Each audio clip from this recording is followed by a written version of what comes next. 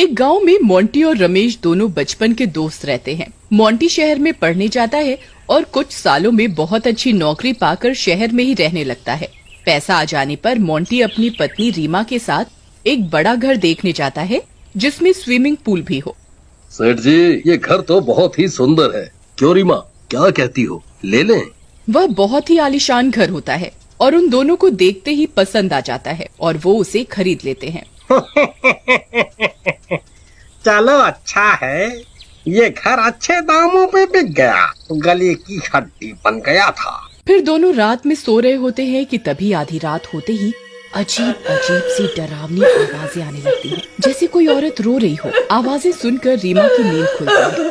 अरे ये कैसी आवाजें हैं? ये तो पूल के पास से आ रही हैं। वो जैसे ही पूल के पास जाती है उसे कुछ नहीं दिखता। जैसे ही वो वापस जाने लगती है तभी एक डरावना सा हाथ पूल से बाहर निकलकर रीमा को पूल के अंदर खींच लेता है। डर के मारे रीमा की चीख निकल जाती है। नहीं, छोड़ दो मुझे, अरे मर गई रे, अरे कौन है नास मिटा, छोड़ो मुझे। आवाज सुनकर मोंटी भी बाहर आता है और देखता है। रीमा, क्या हुआ? तुम इतनी रात में पुल में नहा रही हो? मुझसे रहा ही नहीं गया, इतना सुंदर पूल है। अरे अंदर चलो, सो जाओ अब। रीमा पुल से बाहर आती है और मोंटी का हाथ पकड़कर अंदर जाने लगती है। वो पीछे मुड़कर पूल की तरफ देखकर हंसती है। उसका चेहरा आधा चुड़ैल सा हो जाता है और आंखें खतरनाक बड़ी और डरावनी हो जाती हैं। अरे अब क्या हुआ? चलो, तुम्हारा पुल कहीं भागा नहीं जा रहा, कल नहा लेना इसमें। मोंटी को रीमा का भूतिया चेहरा नहीं दिखता। हाँ हाँ, चलो राजा जी। अगले दिन दोनों नए घर की खुशी में पार्टी करने की सोचते हैं और अपने दोस्त रमेश को भी बुलाते हैं। फिर रमेश अपनी पत्नी कविता के साथ गांव से शहर जाता है। मोंटी के घर पहुंचते ही, अरे दैया रे दैया, ये कितना बड़ा घर है जी, इसमें तो हमरा पूरा गांव रह ले। अरे अब ऐसे मत करो, चलो अंदर चलो। फिर दोनों अंदर जाते हैं। रमेश मेरे भाई, तू आ गया, मैं बहुत खुश हूँ। तेरा घर तो सच में बहुत ही सुंदर है, मुबारक हो। अरे रीमा, भाभी को ले जाओ, कमरा दिखा दो, थोड़ा आराम कर लें, और घर भी दिखाओ पूरा। जाओ भाई जाओ। कविता, ये देखो, ये हमारे घर का पूल है, मेरी सबसे प्यारी जगह। अरे ई का, आपके घर में तालाब भी है, इसमें मजा आता होगा ना? हाँ, बहुत मजा आता है। चलो आओ, चलोगी इसके अंदर? नहीं नहीं, हमें तो लाज आती है और हमें तैरना भी नहीं आता है, हम जा रहे हैं। फिर कविता वहाँ से शर्माते हुए चली जाती है। रीमा को भूख के कारण गुस्सा आ रहा होता है और वो अपने चुड़ैल के रूप में आ जाती है। ये कैसे गांव के गंवार आ गए हैं? एक तो मुझे बहुत भूख लगी है, इतने दिन बाद तो इस घर में कोई रहने आया है, पर मुझे सब्र रखना होगा।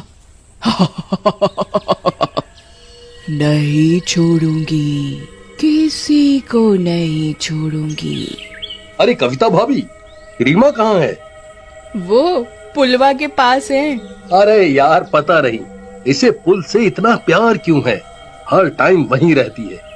रमेश, तुम और भाभी कमरे में जाओ, आराम करो, मैं रीमा को देखता हूँ। अरे रीमा, ओ रीमा, रीमा। आ गया रीमा रीमा करता हुआ, दिल तो करता है इस नामाकूल कोई कच्चा चबा जाऊं। रीमा पुल की तरफ मुंह करके खड़ी होती है। रीमा, ये क्या? तुम्हारे पास इस पुल के पास आकर इसको निहारने के सिवा और कोई काम नहीं है? अरे वो मैं आ ही रही थी पतिदेव, चलो। फिर दोनों अंदर चले जाते हैं। दूसरी ओर, अरे दैया रे दैया, रमेश जी, ये देखो, ये बिस्तरवा कितना मुलायम है, मन करता है इस पर कूदते रहे। और यहाँ आओ, ये गुसल खाना तो देखो, आए इस पाइप से बारिश होता है, देखो, जब मन करे बारिश में नहा लो। हाँ, ठीक कह रही हो। अरे यार, पेट दर्द हो रहा है, पर हमें जाना है। ये ससुरा कहाँ करें समझ नहीं आ रहा। यहाँ पेट साफ करने का सुविधा नहीं है का? अरे वो कुर्सी देखे हो, उसी पे बैठ के करते हैं। मैंने एक ठो पिक्चर में देखा था। तुमने पिक्चर में देखा था मतलब? अच्छा अच्छा, ठीक है। फिर अगले दिन पार्टी होती है और पार्टी में काफी लोग आते हैं। मोंटी के काफी पड़ोसी भी आए होते हैं।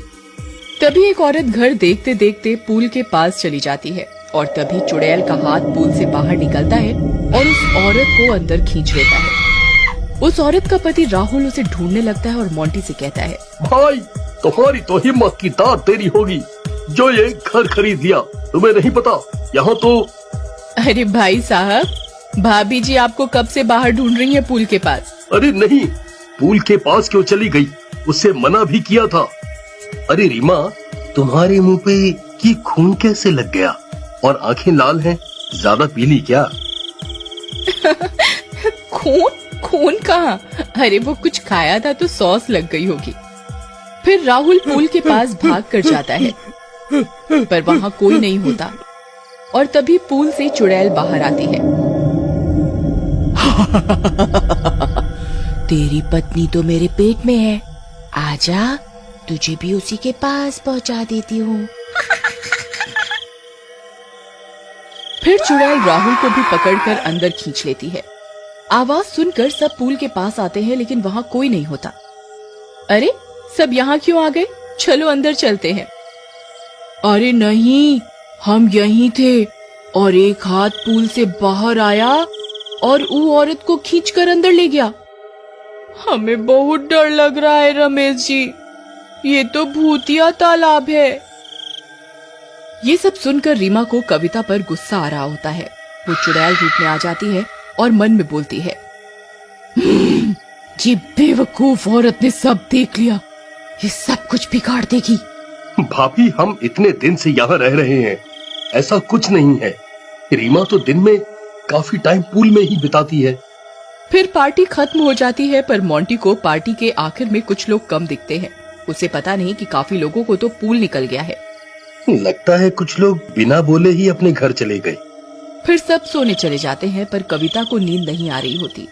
वो उठकर खिड़की से पूल को ही झांक कर देखती है तो उसे रीमा वहाँ खड़ी दिखाई देती है। रीमा पूल के अंदर चली जाती है। अरे ये क्या? रीमा को काफी देर हो गई, ये तो पूल से बाहर ही नहीं आ रही। अरे कहीं डूब तो नहीं गई?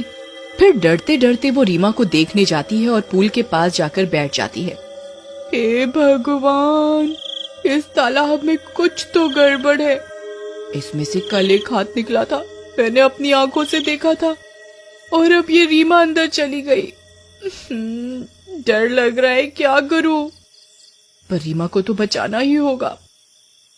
वो डरते डरते अपने पैर पानी में डालकर पूल में उतरने लगती है। तभी चुड़ैल का हाथ निकल आता है और कविता के पैर को पकड़ लेता है।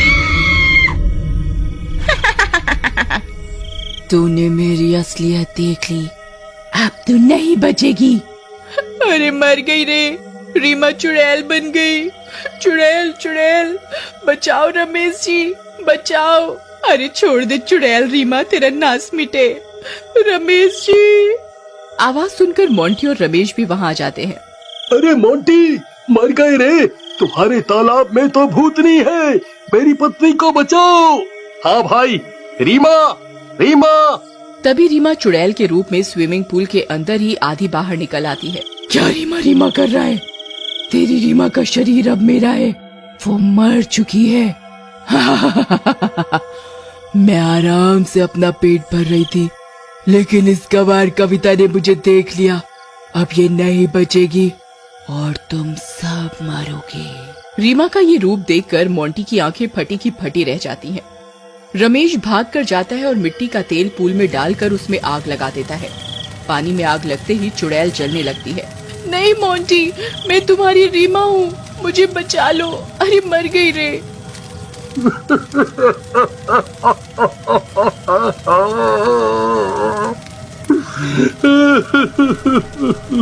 तुम मेरी रीमा नहीं हो, तुमने मेरी रीमा को तो मार दिया, लेकिन अब मैं किसी और को नहीं मरने दे सकता।